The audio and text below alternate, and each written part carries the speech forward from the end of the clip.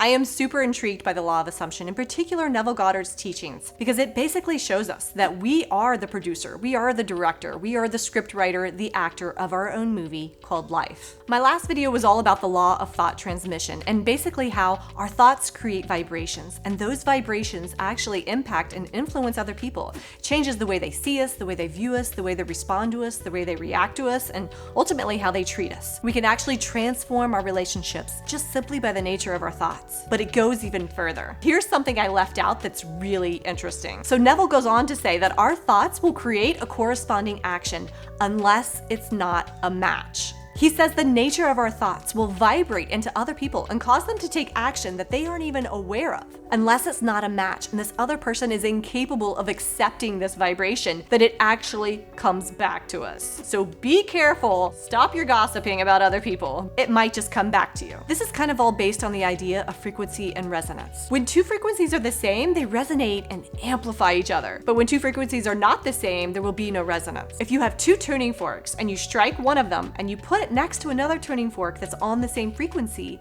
well, the second one will just begin to vibrate. That's resonance. But if you have two tuning forks and they have a different frequency, you strike the first one, the second one will not vibrate. There's actually unity between everyone. And when other people are on the same frequency as us, we can actually impact each other because we're all connected. And the thing I find really exciting about all of this is that if we choose to become intentional with our thoughts, we can actually start attracting the most amazing, incredible relationships into our life just by focusing on positivity. And the part that's kind of difficult about this is that we actually have some responsibility towards that boss that might be taking us for granted, or whatever relationship it is that's not going well for us. There might be some kind of inner energy that is contributing to this. I actually read about this concept as well in a book called The Power of Your Subconscious Mind by Joseph Murphy. He also says that our relationships are a direct reflection of our own internal energy. He gives an example with animals, saying that if you come across an animal in the wild or a dog and you show a lot of fear, that animal is more likely to bite you. And he says it's the exact same way with us humans. If you exhibit all this fear and insecurity or anger and frustration, whatever you give, you get right back. It's just like the golden rule. And here's an affirmation you can use from Joseph Murphy that will help to transform your relationships.